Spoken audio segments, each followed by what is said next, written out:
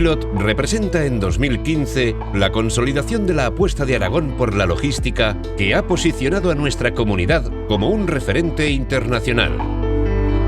La mejora de comunicaciones, la creación de infraestructuras y plataformas logísticas y el impulso de la gestión del conocimiento e innovación han propiciado que se haya puesto en valor el magnífico enclave geoestratégico de Aragón.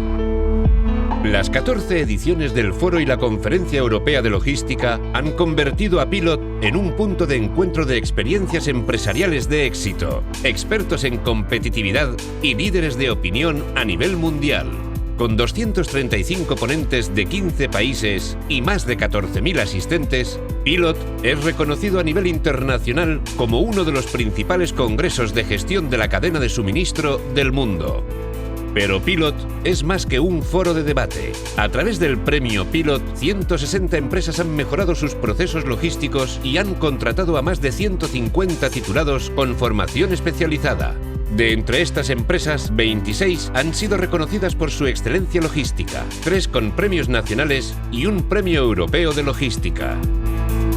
Pilot ha otorgado el premio de honor a 6 referentes internacionales en logística.